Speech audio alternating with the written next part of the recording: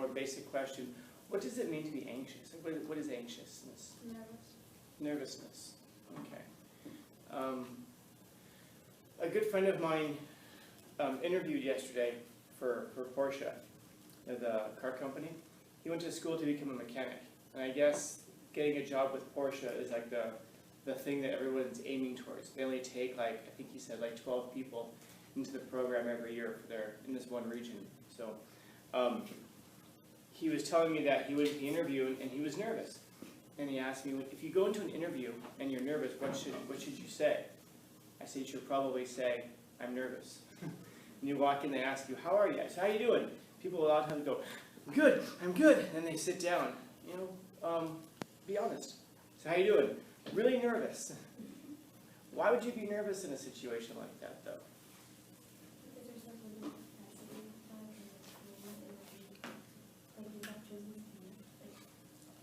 Yeah.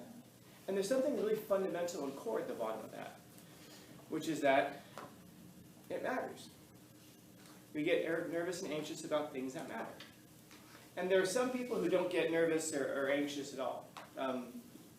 Those people do exist.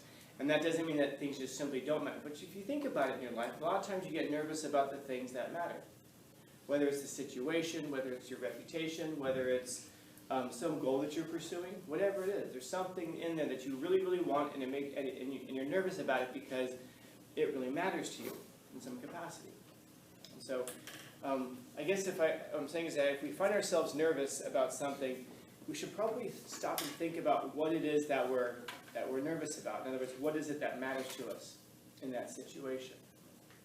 So in a case like this, true happiness is, remember, the word is an equal sign. So he's giving us a definition here for happiness. He's saying that happiness is this thing: to enjoy the present without an anxious dependence upon the future, without anxiously depending on a future situation. Without anxiously depending on a future situation. So what might that mean? 'Cause he's talking here about not just being anxious and distracted by the future, but he's talking about being dependent on it. What would make you happy in the future? Yeah. Like you said, your friend getting interviewing for a job, maybe he'd be happy that he got a job that he's been wanting for a while. A job. What's that? Did they get the job? I don't know. He just interviewed yesterday. He did say that they asked him for his shirt size. Oh. Yeah, and they told him he had to trim his beard Oh. because he has a big beard. I told him, you didn't trim it, did you? And he was like, well, I am going to. You're going to trim that? Dude, seriously? Dude, they need you way more than you need them. And he's like, really? I go, heck yeah, dude, I wouldn't trim jack shit if they wanted me. I'm just messing with him, of course. Trying to get him riled up, so he's like, yeah, you know what? I'm going to throw away my dream over a beard. I let him off the hook eventually. Yeah, I think I did. And I had to run off because I had to be somewhere. So maybe a job. But I think he'll get it. He's a really neat dude. In high school, he was a terrible high school student. He went into the military. He was terrible in the military. And then he got out, and he used his GI Bill. He tried going to school for a semester. I think he said he made it a few weeks in, and that was it. Yeah. And then he was talking to me way back then, and he's like, I don't know why I'm having trouble with school. And I said, well, come on, man, figure it out, because school is not for you. School is not for everybody. And yeah, I said, and he's like, well, but I think I'm smart. And I go, of course you would think you're smart, because you wouldn't know the difference if you weren't, right? I mean, does a dumb person realize that they're dumb? And he pauses, he's like, do you think I'm dumb? I go, no, I was just making a point about something that you said. A dumb person, of course, wouldn't know that they're dumb. But I said, you're not dumb, and you have some skills. And I said, what have you always wanted to do? He's all, I just like working on cars. I said, then go to school for working on cars. And that's an easy thing. And so he's like, okay. And so he's finishing, he just took his final last week for his last class, and he finished #1 in his class. Yeah. It's just, too often we we kind of assume like if we're not good in like school, then that means we're not. Remember, I think it was the first semester, right? We looked at that article, hidden intellectualism, finding the things that you're good at. Yeah, and he's a smart dude. And when we talk with him, you know, he's first off, he's an ethical guy, which is really just a really important thing for that line of work. But he's just he's really good at with that mechanical stuff. He's very good. And it's neat because I'm talking with him, and he says, I'm thinking about he said, I think I made a big decision. I go, what's that? Are you going to part your hair from behind? Are you going to eat a peach? And he says, no, I think I'm going to focus on electrical. I'm going to specialize in electrical. And that's neat, because sometimes I hear from people who will say, Scott, I think I made a big decision. I'm going to focus on neuroscience. And sometimes I hear people say, Scott, I made a big decision. I'm going to focus on electrical. And I hear sometimes people say, Scott, I made a big decision. I'm going to go into business for myself and focus on that. And these are all really great things, man. These are all great decisions. And for some reason, we find this need to put things down and to come up with a plan B. I wonder how many of you guys have a plan A in your life. And then you also have a plan B. Don't have a plan B. It's a bad idea. All of our studies show this. That if you have people who have a plan A, who have a plan B, are far less likely to achieve their plan A, but they're also far more likely to just quit. In other words, not just fail in it, but actually just go, screw it, when things get hard. Because if you have a plan B, then you can always go to that, and that's the thought process. Well, you know, if I don't make this, I can always go for this. And it's a weird thing. If you tell somebody that you want to be like a professional dancer, or you want to be a professional football player, people will say, oh, that's great, but you got to have a plan B, because it's really hard. And that's true. I wonder how many of you, if you told your family, I want to go to medical school, they'd say, that's really great, but you got to have a plan B. For some reason, we don't think of things like that as having a plan B, but that's really hard also. Yeah. It's because like we don't try as hard, right? Yeah. When it's just one option, we put our full force to it, but when we have a second option, we're like, Yeah, it's like having a relationship and then a side person. Telling the truth, you can't if you can't put all of your energy into one thing if you've got two things. And so it's a terrible way of establishing it, but it's still true. And so, yeah, people who have a plan B tend to not achieve their plan A's. Now, what happens if you go for your plan A and you fail? You might sit there and go, well, I wish I had a plan B. You know, whatever. You can't live the life that you could have lived. You have to live the life that you are living. I say that again. You can't live the life that you could have lived. You have to live the life that you are living. And so we're talking about like this future thing that's going to make you happy, a job. What else is something that might make you happy? Just throw some things out there. What might make other people happy, even if not us? friends. What, friends? Friends. A lot of times you put family in there. What is it? My friends make me happy. Oh, your friends make you happy? Hopefully. Until you find out those backstabbers are talking behind your back. Job, friends, family. I don't know. Whatever it is, you fill in that blank. Now here's the trick. Will the job make you happy? Depends. Depends. Will the friends and family make you happy? Depends. Depends. Will the blank make you happy? Depends. So you can't even be, first off, you can't be sure that these things are going to happen. And that isn't a way of looking at it pessimistically. I encourage you not to look at it pessimistically like, well, I don't even know if that's going to happen. So I'm not going to think about it. No, don't look at it that way. Don't approach it that way.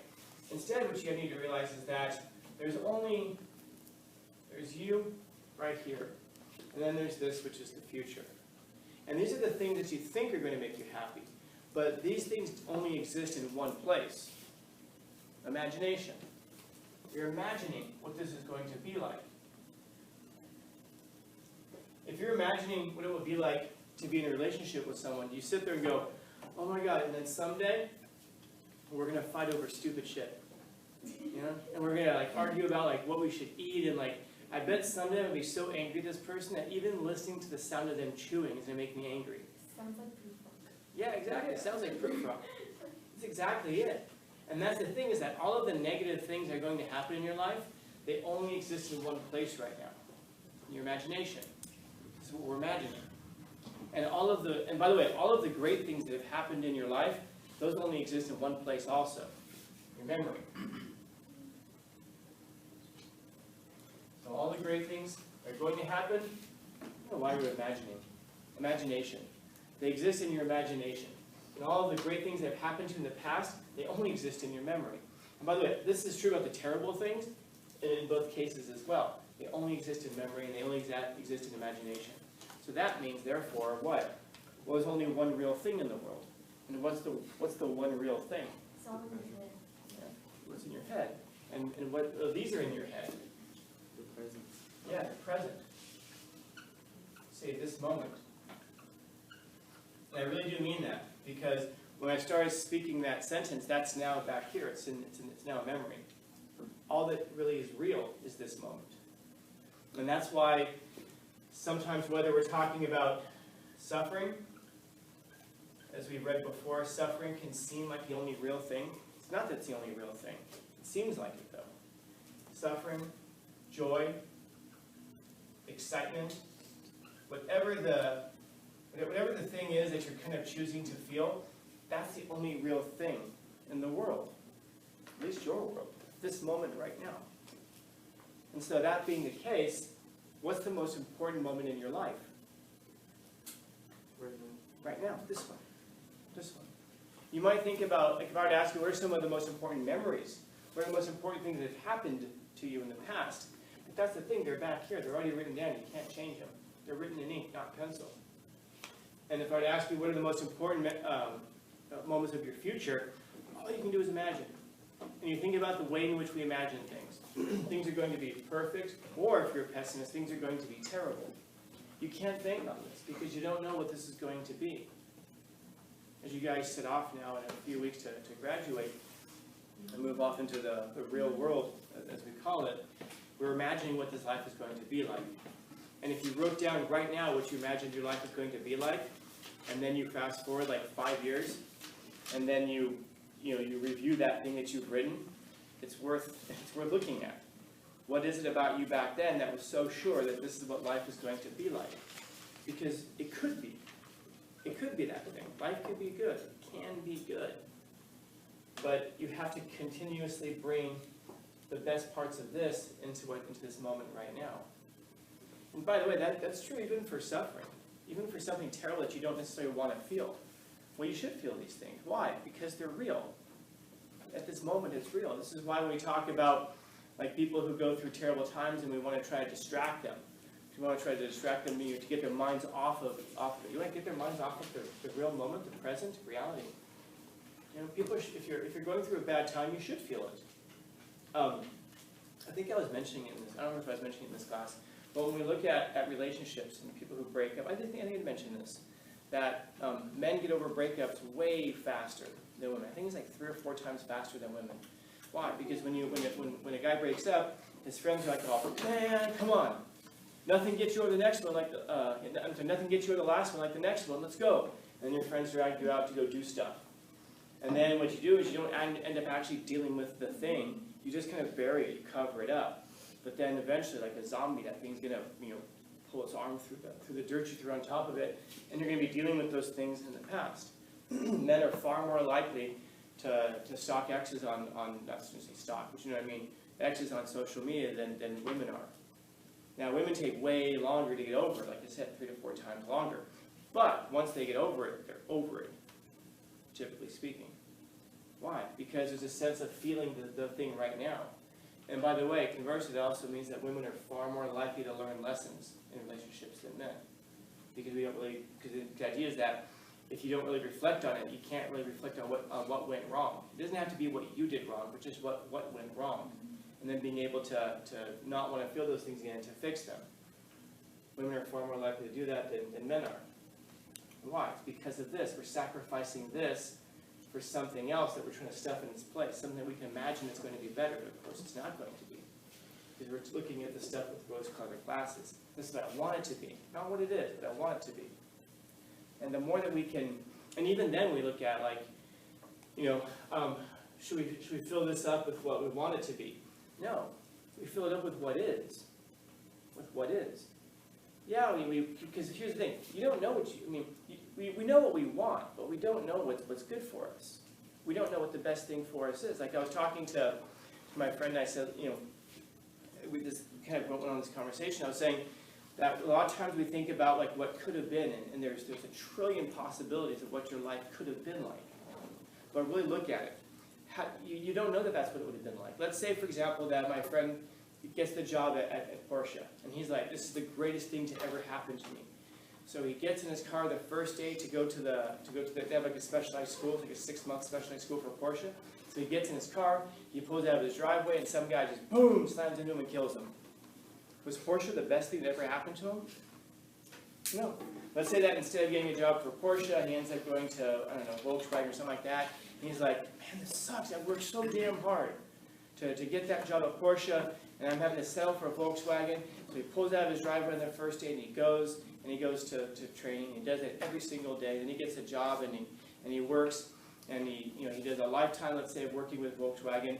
He never gets to work for Porsche, but he's always thinking, man, what could have been? If I had only gotten that job with Porsche, my life would be so different right now. You have no idea how different your life would be if you got that job for Porsche. Your life wouldn't exist. But we have this way of thinking about, if only this had happened. We can't live in that. Not only does it drive you crazy, but you also have to recognize the limits of our own ignorance. How many times have we planned for the future that didn't quite turn out that way? And so I guess what I'm saying is that the most important moment of your life is this one right now. And the most important life that you're living is right now. Not the one that could have been, not even the one that you remember, because also our memories are going to be faulty about that as well, but it's the thing that you're doing right now. So that's a good thing, because all of your failures and all of your embarrassments, where are they? They're in two places. They're in the past, but they're also not probably as bad as you imagine them being. So they're in the past. But all of the things that you set yourself up for, that's what you're living right now. So what that means is that your embarrassments, forget them. Well, try to anyway. Good luck. But they're in the past. By the way, all of your successes are in the past also. And your triumphs and everything that you hope to be, we're trying to perpetually drag those things into the future, which is a fine thing. It's a good thing, not a bad thing at all. But this moment,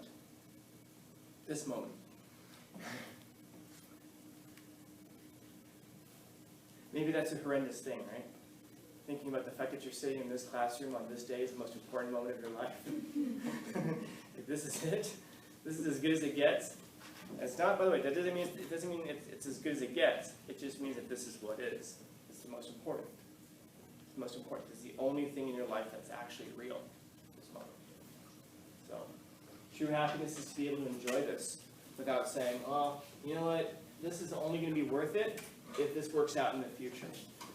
All of this working hard in school stuff is only going to be worth it if I get that job with Porsche later. No, it's valuable in and of itself. Why? Because it was real. It's this moment right now. It doesn't matter what happens in the future. It matters in the sense of what we want, but it doesn't matter in terms of what really is and what the most important thing is, which is right now. So if you wanted to have a life that's meaningful and purposeful and worthwhile, then I guess you make the most of the moment that you're in right now. Now, that doesn't mean forget the future, because the future is going to come. Planet's been here, what, 5.5 billion years? For 5.5 billion years, tomorrow has always come. It's a good bet that tomorrow is going to come. So you have to be ready for it. That's true. But don't sacrifice today just for tomorrow. In other words, specifically what I mean is, don't make it so that today only matters if tomorrow works out. Today matters anyway, no matter what. And if tomorrow doesn't come, well, there's still today. Questions, comments, concerns, complaints, criticisms, critiques? Happy-ish Tuesday. Yeah, nothing too damaging to the psyche.